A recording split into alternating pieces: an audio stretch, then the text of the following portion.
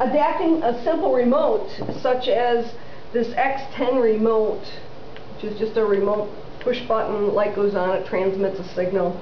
I place dual lock on the bottom here, and then in the opposite direction I'm going to place another piece of dual lock. Next I'm going to peel back the self-adhesive label and attach on the bottom.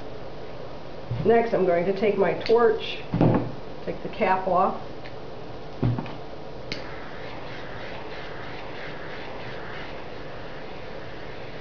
You notice how close I am getting the flame, the hottest part of the flame on the acrylic.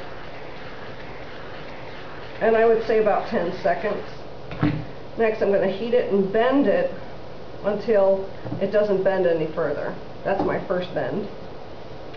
And my second bend will be right here.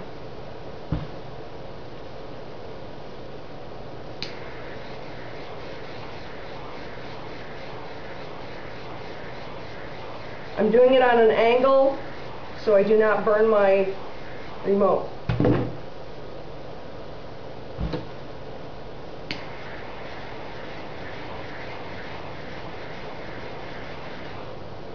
Okay, now it bends over very nicely, nice and smooth here. The next thing I'm going to do before my acrylic cools down too much is I'm going to peel off a rubber bumper with a pair of scissors. Holding it upside down, I'm going to line it up on top of the push button on my remote and the self-adhesive sticks. Now very little pressure needs to be applied to operate this remote.